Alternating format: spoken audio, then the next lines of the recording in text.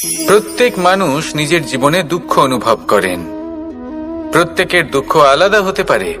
কারোর মনে এই দুঃখ থাকে যে সে তার বাবা মায়ের সব ইচ্ছে পূরণ করতে পারেননি। কেউ এটা ভেবে দুঃখ পান যে সে চিরকাল সদাচার করেছেন, সৎকর্ম করেছেন, কিন্তু তাও তাকে দুরাচারী বলে মনে করা হয়।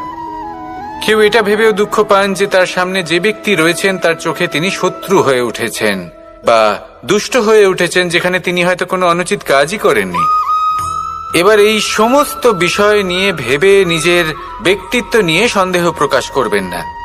যদি নিজের ব্যক্তিত্ব নিয়ে কোনো সন্দেহ থেকে থাকে, তাহলে কর্ম সংক্রান্ত প্রশ্ন করুন যে আপনি যা করেছেন তাতে কি উচিত ছিল, কি অনুচিত ছিল। যেটা প্রয়োজন সেটা এটা বোঝার যে আপনার অন্তর্মন, আপনার বিবেক আপনাকে কি বলছে, আর আপনার অন্তর্মন আর আপনার বিবেক আপনাকে যেটা করতে বলবে শুধু সেটাই করুন। আর তারপরে এই সংসার কি বলবে, কি ভাববে সেসব নিয়ে ভাবতে যাবেন না।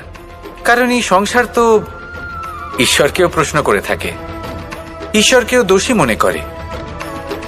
কখনো কখনো যখন কোনো ঘটনা মানুষের ইচ্ছা অনুযায়ী ঘটে না, তখন মানুষ এটা বলে যে হে ঈশ্বর, আপনি আমার পাশে থাকলেন না, আপনি বড়ই কঠোর, এটা আপনার দোষ। যেখানে বেশিরভাগ সময় হয়তো সে নিজেই নিজের কর্মফল ভোগ করছে।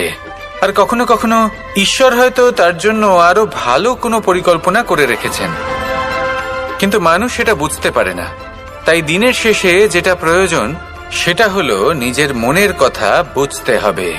আপনার বিবেক কি বলছে শুধু সেটাই করুন।